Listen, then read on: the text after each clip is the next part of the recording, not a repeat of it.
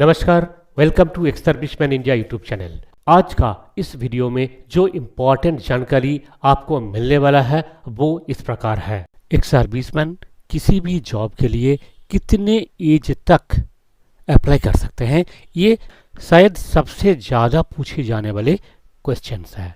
क्योंकि मैं आज तक जितने भी जॉब रिलेटेड वीडियो पोस्ट किया हूँ, जैसे कि आप जानते हैं जब भी डीजीआर या फिर गवर्नमेंट का किसी भी जॉब का नोटिफिकेशन मिलता है जहाँ पे एक सर्विसमैन के लिए अपॉर्चुनिटीज़ है, वो मैं 100% मेरी इस चैनल में पब्लिश करता हूँ। और हर बार मुझे ये सवाल आता है कि सर एज मैक्सिमम कितना है, कितने एज तक हम अप्लाई कर सकते हैं। मैं सूबेदार से रिटायर हुआ हूँ, मेरी एज 55 साल है, क्या मैं अभी अप्लाई कर सकता हूँ। मैं सूबेदार मेजर से रिटायर किया हूँ, मेरी एज 57 ईयर्स है, क्या मैं अप्लाई कर सकता हूँ। मैं 36 ईयर्स ओल्ड हूँ, मैं 31 ईयर्स ओल्ड हूँ, 15 साल सर्विस करके रिटायर हुआ हूँ, क्या मैं अप्लाई कर सकता हूँ। आज इस वीडियो में आपको ये सारी जितने भी डाउट्स है एज के बारे में वो आपको क्लियर हो जाएगा। दोस्तों, आप जैसे कि जानते हैं कि एक सर्विसमैन का जो एज रिलैक्सेशन है, रिजर्वेशन है, ये सारी चीज़ें बताया गया एक serviceman re employment in civil services and post rules 1979, ये गवर्नमेंट ऑफ इंडिया का द्वारा गजट नोटिफिकेशन में भी पब्लिश हुआ और यही रूल्स का काफ़ी सारे अमेंडमेंट भी आ चुके हैं। पर जो लेटेस्ट पोजीशन है आज का डेट में, जो चीज़ें आपके लिए एप्लीकेबल है वो इस प्रकार है।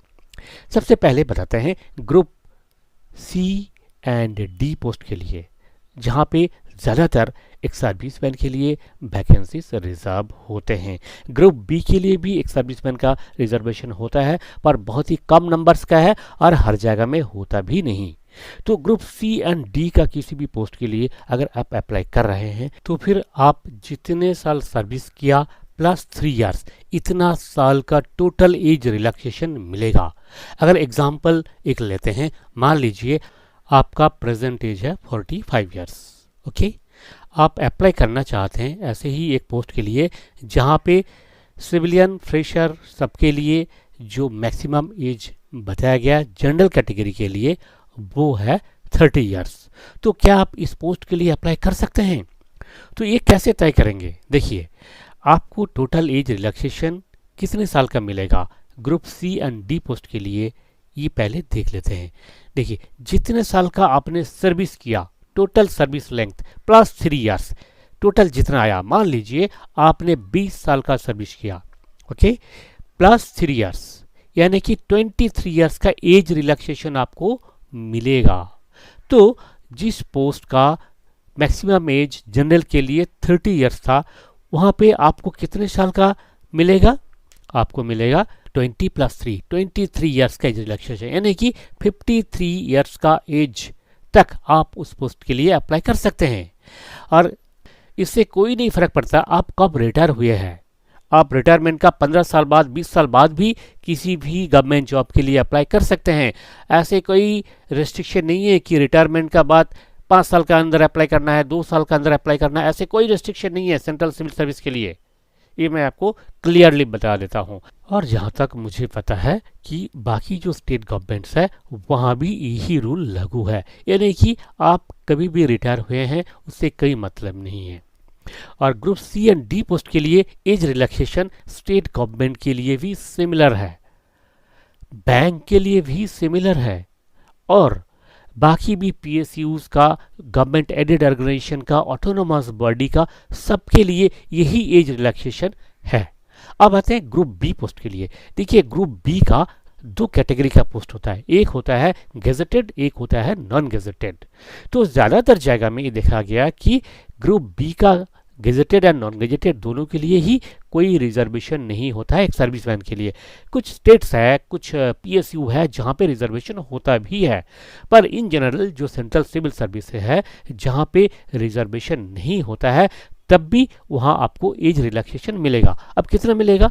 देखिए, अगर ग्रुप बी नॉन गेजेटेड है तो वहाँ same age group C and D, यानी कि जितने साल आपने सर्विस किया प्लस 3 इयर्स, ये वेटेज जो 3 इयर्स का है प्लस आपका सर्विस लेंथ, ये टोटल इतने साल का एज रिलैक्सेशन मिलेगा। यानी कि अगर सिविलियन के लिए 30 साल है और आपका टोटल ये length of service plus weightage मिला करके 20 साल है, तो कितना हो गया 53 इयर्स, ये आपको एज रिलैक्सेशन मिलेगा।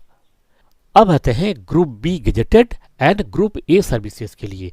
ये दोनों ही जो पोस्ट होता है ये है ऑफिसर्स कैडर के लिए। ऑफिसर्स कैडर के लिए अगर आप अप्लाई कर रहे हैं तो वहाँ पे एज रिलैक्सेशन का जो सेंट्रल सिविल सर्विसेज का जो रूल्स है उस हिसाब से केवल मात्र 5 इयर्स का ही एज रिलैक्सेशन आपको मिलता है। यानी कि अगर सिविलियन के लिए मैक्सिमम एज 32 इयर्स है तो आपको मिलेगा कितना 37 इयर्स तक ही आप अप्लाई कर सकते हैं। अगर आपका एज आज 37 इयर्स से ज़्यादा हो गया तो आप इस पोस्ट के लिए अप्लाई नहीं कर सकते हैं। पर अगर हम लॉजिकली देखें तो ज़्यादातर जो फौजी लोग होते हैं, चाहे वो जेसीओ हो या अफसर्स हो, ज़्यादातर ऑन एन एवरेज 40 साल से नीचे तो रिटायर होते ही नहीं लोग। तो अगर 40 या 45 साल में आप रिटायर हो रहे हैं तो जहाँ पे आपका एज रिलैक्सेशन देने के बाद 37 इयर्स है वहाँ तो आप अप्लाई कर ही नहीं सकते हैं। तो ऐसी प्रोविज़न रखने की ज़रूरत ही क्या है। इसलिए जो department of ex serviceman welfare ने एक केस टेकअप किया था मिनिस्ट्री ऑफ डिफेंस के साथ, ताकि ये जो एज रिलैक्सेशन है ग्रुप ए एंड बी का ये भी similar as it is group C and D का जैसे ही होना चाहिए। यानी कि फुल एज रिलैक्सेशन, जितने साल सर्विस किया कम से कम इतने साल का तो एज रिलैक्सेशन देना ही चाहिए। पर वो केस देखिए 2016 का बाद अभी भी पेंडिंग पड़ा हुआ है, उस पर कोई चर्चा नहीं हुआ, उस पर कोई एक्शन नहीं हुआ। ये जो रिपोर्ट आप स्क्रीन में देख सकते हैं ये रिपोर्ट है 2016-17 का जो स्टैंडिंग कमेटी का रिपोर्ट है और वहाँ पे क्लियरली ये सारे रेफरेंस दिया गया कि ये जो group A and B gazetted services के लिए एज रिलैक्सेशन का जो केस टेकअप किया गया था पर उसका कोई रिजल्ट नहीं निकला। यानी कि हमारे जो एक सर्विसमैन का जो वेलफेयर है वो मारा जा रहा है।